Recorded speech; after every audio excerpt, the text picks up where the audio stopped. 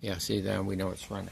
All right, I'm Steve, and I got the intelligent BMS, and it's so smart it's putting a whooping on us. But I got it organized now. Our situation is that these guy, the minimum that he can measure is 10 cells, and we want to hook this up for a 8-cell battery bank. So what I've done is I've come over here, and I've got some Zener diodes that are 3.4 volts and a little power supply that raises our voltage 12 volts, and I got another one over here to knock it down. So these three give us 6. If I had a 6-volt power supply or isolated DC to DC converter, I could have used that, but instead I just stuck another diode in here and some resistors. So all this is what breaks down our current into to look like 2 more batteries. So this is our number 9 battery, and this one right here is our number 10 battery.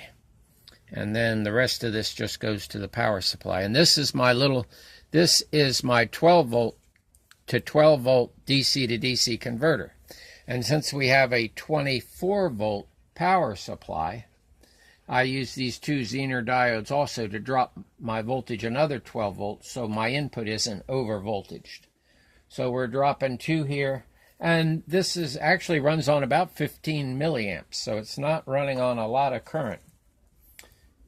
This is a 1 watt DC to DC, and so he can really only put out about 100 milliamps anyway, but we're in the range that we need to be. So that's that section. Now we got the other section here, which is the part that controls our 2 relays. And in our situation, the way we're going to be using this, there could be times when we are charging and discharging at the same time. And because of that, we need 2 relays, and we're having them controlled by the 2 different parts of this board. Now this B minus goes out to our B minus up here. That's our B minus, from our battery pack, which this has to be hooked up before you plug this in. It also needs to be hooked up because it's what helps power this device. The device is powered by the bottom wire and the very top wire. And then we have our 2 other outputs. One is called C or P minus, which is power minus, and the other is C minus, which is charger minus. Now the charger minus is the charger minus is actually hooked up above to a little power supply. We've got a 12 volt power supply, and the plus goes to that the top wire. Plus goes to the charger minus. I know that sounds funny, but this is because it's charging.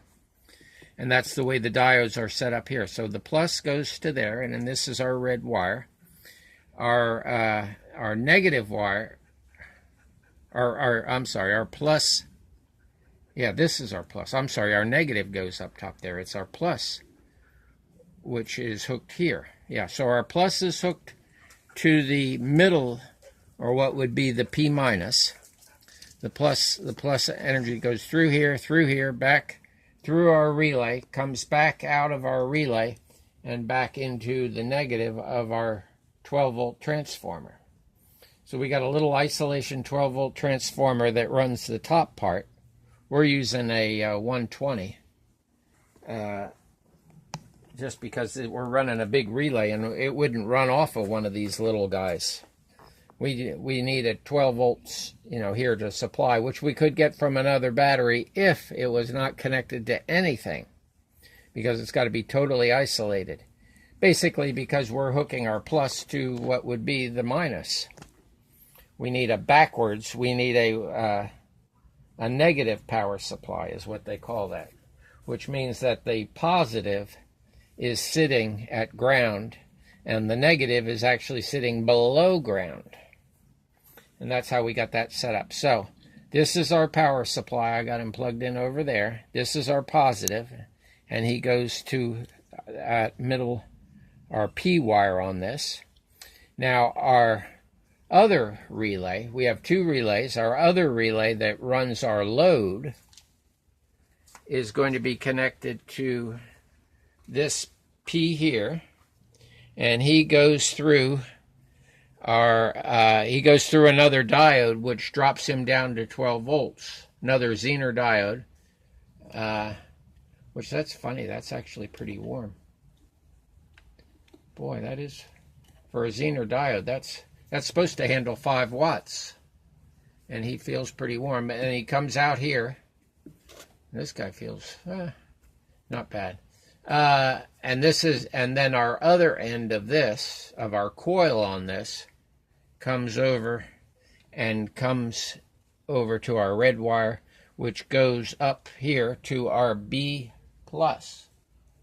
He's our B plus 24 volts. Our Zener diode drops this. I better check that and make sure we got enough Zener diodes in there. Maybe we only got one. Although I think we got 2.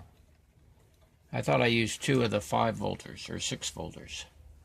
But maybe that's why that's getting so warm. Okay, so this is our big 200 amp relay, which is going to be running our inverter. And our other one, let's check this guy here just to see if maybe I didn't put enough Zener diodes in there.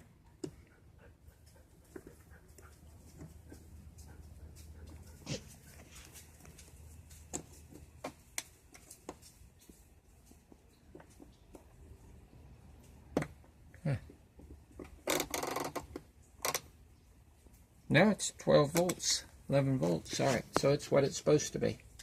It just feels a little warm. Yeah. Maybe when they say 5 watts, they're lying. I thought 2 5-watters together give me 10 watts, which should give me an amp. And this thing uses 1/10 of an amp, so I thought I was in the okay zone. All right, so what else is there? I guess that's it. Yeah.